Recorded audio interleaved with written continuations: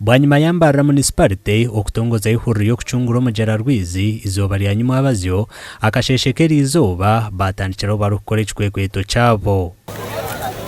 Abanabwe bashenya n'amaju agabagombekero mu myanya egi hamwe n'agabanugombekwa bitu bakamabago bajumirira ekikorwa eki.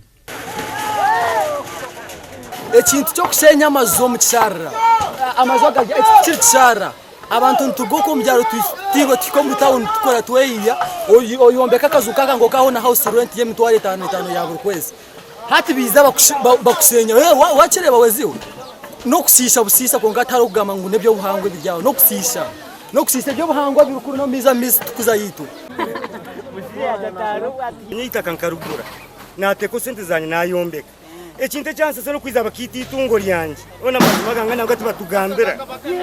kwate nkoko zanje ukazitira mukezi nkakora budget yanye nkoko mukazita. Abo bushoboro zaba tabakoma matafari honka bitu bacinganisha mero rya Ntenje Memorial Nasare abo kushanganira igurira kamena yaryo erukushikobo mugera gwa Rwizi. Twaza kushanga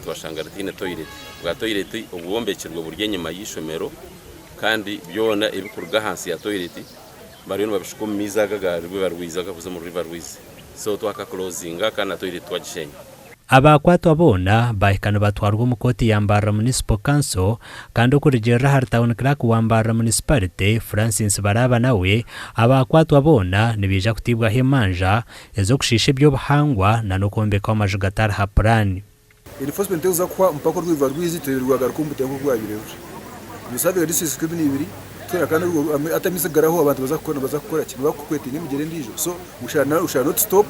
Nzafto surveillance committee being sure time and again we are moving around to make sure everything is done the way we want it to be done. Wayirebera amatafana bagatera umunda ya Rwizi amubombekere mu amajuga permanent so mbwenu Elizabeth twatu in operation yo kureba ngo